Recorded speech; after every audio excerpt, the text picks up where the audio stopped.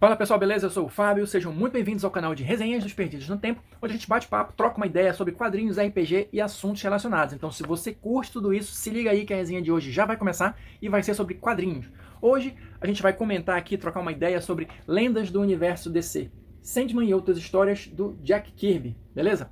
Estou aqui com a edição encadernada da Panini, né, que vai reunir esse Sandman e outras histórias. A gente vai ver quais são elas, né, vamos dar uma passada por cada uma delas. Mas enfim, antes da gente começar a entrar propriamente na revista, eu só acho interessante ressaltar que, na minha opinião, a Panini está fazendo um trabalho muito bacana de resgatar essa fase do Jack Kirby na DC, mesmo as histórias menos conhecidas, mais obscuras e mais esquisitas, a gente vai ver umas coisas aqui meio, né, enfim, diferentes, mas assim, eu acho legal, eu acho válida esse resgate, né, da obra do Kirby, porque a gente está mais acostumado a ouvir falar dele na Marvel, né, por conta das grandes contribuições lá da dupla Stan Lee, Jack Kirby e tudo mais, mas ele também produziu coisas bacanas na DC, também produziu coisas interessantes, né, e assim, é o rei dos quadrinhos, não tem jeito. Se você está chegando agora, eu quando comecei a ler, também achava o Jack Kirby meio esquisito, um desenho meio tosco, mas conforme o tempo vai passando e você vai se aprofundando nos quadrinhos, não tem como dizer que ele não é o rei.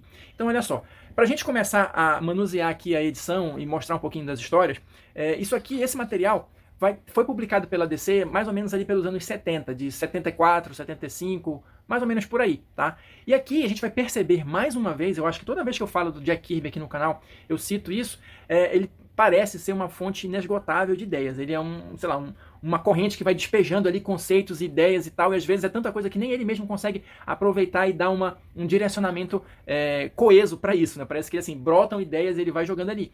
Mas aqui a gente vai ter várias edições de uma revista chamada First Issue Special, que era tipo como se fosse uma vitrine da DC, né? A ideia era apresentar novos personagens ou jogar alguns personagens já conhecidos ali para testar, para ver se eles tinham popularidade suficiente para sustentar uma série própria. Essa revista, na verdade, ela teve uma curta duração, foram somente 13 edições. Aqui a gente vai ter algumas dessas edições, justamente as que foram escritas e desenhadas pelo Kirby, né? Mas assim, só para dar uma informação para vocês, dessas 13 edições, só 2 resultaram em novas séries para DC, que foi justamente o do Guerreiro, né, do Mike Grell, e o Revival, né, dos Novos Deuses, que apesar de terem sido criados pelo Jack Kirby, essa edição não tem a mão dele. Nessa época, salvo engano, ele já tinha voltado para Marvel, então outros criadores assumiram e deram continuidade ao legado dos Novos Deuses, beleza? Então vamos lá, para a gente começar aqui o nosso bate-papo, deixa eu começar a mostrar para vocês. E assim, por conta de tudo isso que eu vou falar aqui, e tem bastante coisa, bastante informação, eu senti falta aqui nessa edição de um texto introdutório para apresentar os personagens ou algumas informações que eu acho que são interessantes, especialmente se você não é leitor ávido dos quadrinhos, chega aqui, pega uma edição dessa, não vai entender direitinho o que está acontecendo, né? Digo assim, o contexto das histórias. Então eu vou tentar, né, passar um pouquinho disso para vocês, beleza? Então olha só, a primeira história que a gente vai ter aqui é a do Atlas, né? Atlas o Grande, que é um daqueles personagens guerreiros fantásticos que o Kirby inventou ao longo da carreira, né?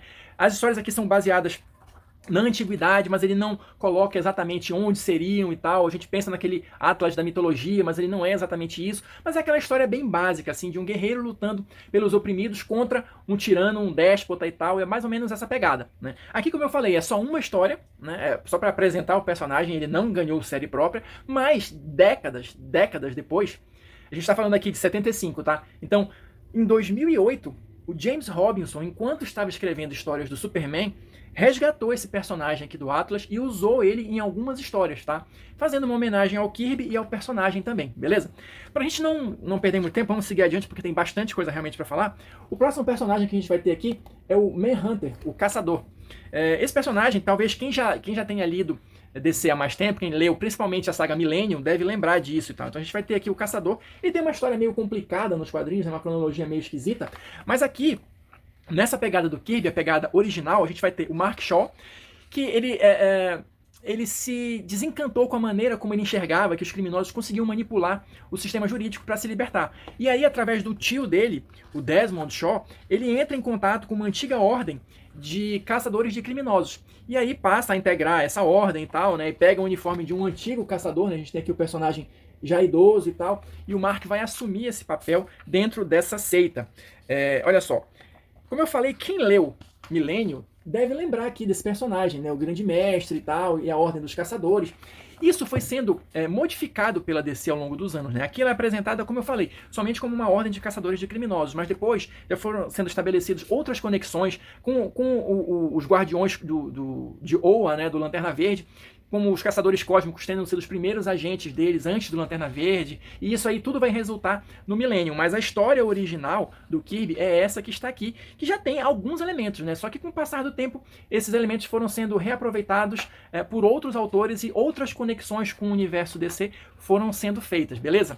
E aqui, seguindo, a gente vai ter a primeira coisa realmente, né, nota fora da curva, na minha opinião, que vão ser esses Dingbats aqui, que foram traduzidos como a patota da Rua Perigo.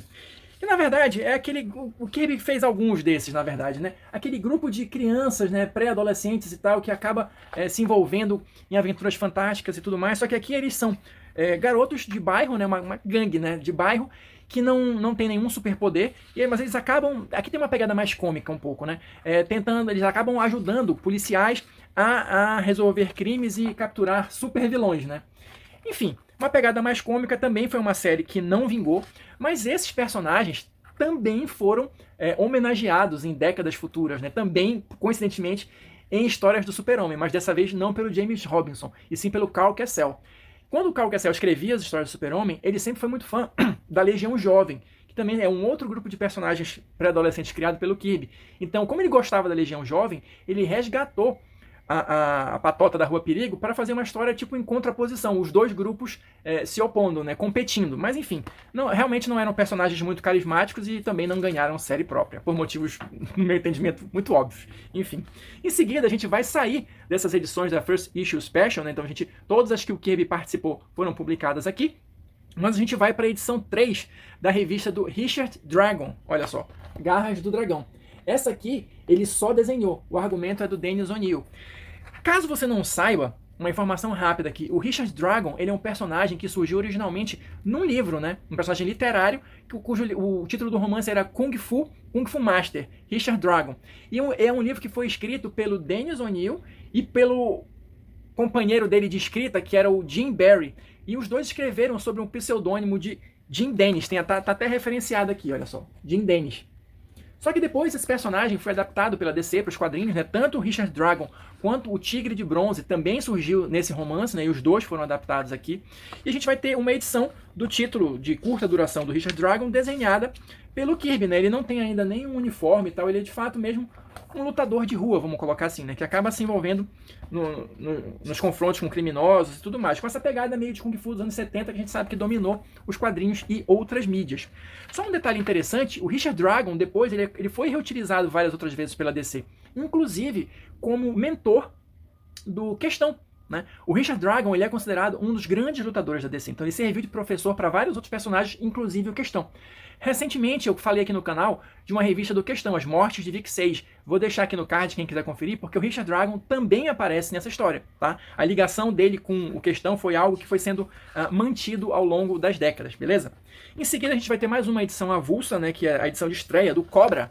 Acredite se quiser, não sei se vocês lembram desse vilão aqui da DC, mas a edição de estreia dele foi desenhada pelo Kirby, tá? Mas não foi escrita pelo Kirby, foi escrita pelo Martin Pascal. Tá? O personagem, na verdade, ele foi pensado pelo Kirby, mas depois o Pascal foi lá, deu uma mexida e tudo mais, tanto que nessa época o Kirby nem estava mais na DC, né? Então alguns ajustes precisaram ser feitos na história e tudo mais, mas a ideia aqui é um personagem indiano reunido em volta do culto do Cobra, né? E são dois irmãos gêmeos que cresceram separados, mas que tem um elo mental, o que um sente, o outro sente também. Então assim, é uma história até razoavelmente interessante, até legal. Eu não conhecia esse passado do Cobra, e depois ao longo das décadas o Cobra foi sendo utilizado como vilão, né? Apareciam histórias, salvo engano, do Esquadrão Suicida e tal. Quando a DC tinha mais histórias voltadas para essa questão de terrorismo internacional, espionagem e tudo mais, o Cobra era uma presença meio que constante. Então é interessante, é legal ver essa origem dele aqui. Finalmente, depois dessas histórias soltas e avulsas, a gente vai chegar no personagem título, né, no principal, supostamente, aqui da edição, que é justamente o Sandman.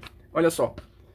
E aqui a gente tem coisas interessantes para comentar também, porque esse personagem aqui, essa versão do Sandman, vamos colocar assim, ela foi criada pelo Joe Simon e pelo Jack Kirby, ou seja, a dupla que criou o Capitão América. E a ideia original deles é que esse fosse o Sandman mitológico, né, o Senhor dos Sonhos e tudo mais. Aqui o personagem não tem um nome, uma identidade secreta, vamos dizer assim.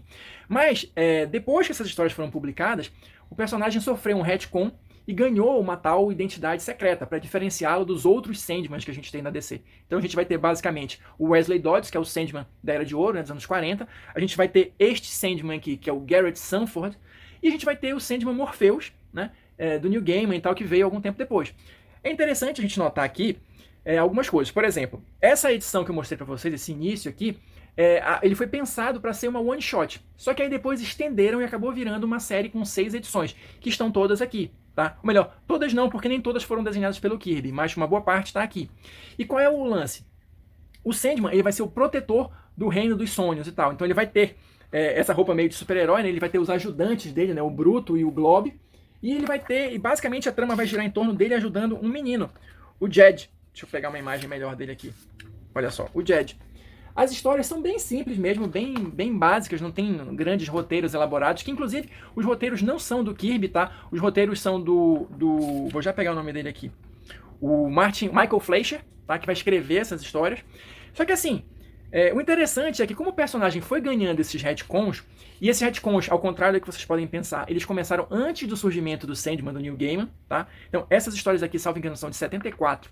Esse retcon estabelecendo que esse personagem não é o Sandman mitológico, e sim o Garrett Sanford, aconteceu por volta ali de 1983, numa história da Mulher Maravilha.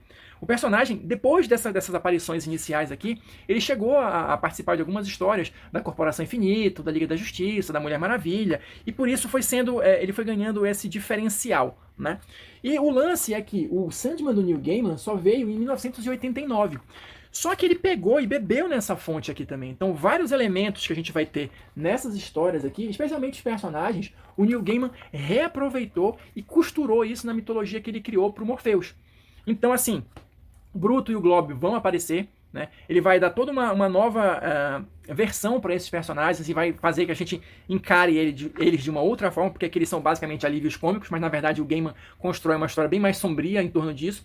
A gente vai ter o Jed, né, que aqui é o Jed Poulsen, mas depois a gente vai descobrir que ele na verdade é o Jed Walker, que na verdade é irmão da Rose Walker, que é uma personagem recorrente e constante na série do Sandman, do Neil Gaiman. Então, assim, é interessante, de novo, a gente ver essas histórias originais para depois comparar com as alterações muito melhores, na minha humilde opinião, que o Neil Gaiman fez quando aproveitou tudo isso na mitologia que ele construiu para o Morpheus. Para vocês terem uma ideia, para a gente já ir encerrando aqui também, olha, a gente vai ter até uma história do Sandman contra o Papai Noel, ou seja, eram histórias mesmo bem simplesinhas, bem básicas, né, voltadas talvez até para um público um pouco mais infantil, mas são parte do legado do Kirby, e para quem é fã de quadrinhos e quem é fã do Kirby, acho que é interessante ter essa visão do personagem também, né, ler essas histórias, conhecer essas histórias, mas tenham isso em mente, que de fato são tramas bem simplesinhas, com propósito simplesmente de divertir e passar o tempo. E pra gente fechar essa edição, a gente vai ter uma edição avulsa também da DC Comics Presents, juntando o Super-Homem com os Desafiadores do Desconhecido, que também são personagens criados pelo Kirby, mas isso é uma outra história longuíssima, né? Então aqui a gente vai ter também uma trama razoavelmente simples, né? Colocando os 5 heróis juntos contra uma ameaça kryptoniana, né? Um kryptoniano foragido e tudo mais, olha só, que consegue dominar mentes e tal. Negócio também, assim, meio fora de cronologia, vamos colocar dessa maneira, mas acho que naquela época muitas das histórias, na verdade, não eram pensadas nesse sentido, era só para divertir mesmo e passar o tempo. Então, nesse sentido, é uma história bacana, uma história legal, e como eu falei, compõe, né, o legado do Jack Kirby, que está sendo resgatado, o legado do Kirby na DC, então acho interessante para quem é fã conhecer, ou pelo menos saber da existência dessas histórias, beleza? Então assim, essa é a nossa dica de hoje, espero que vocês tenham curtido. Quem assistiu o vídeo até aqui, muito obrigado, deixa aí o seu like, seu dislike, seu comentário pra gente continuar esse bate-papo aí. Não deixa de conferir as sugestões de vídeo que vão aparecer aqui no finalzinho, e a gente se encontra na próxima resenha.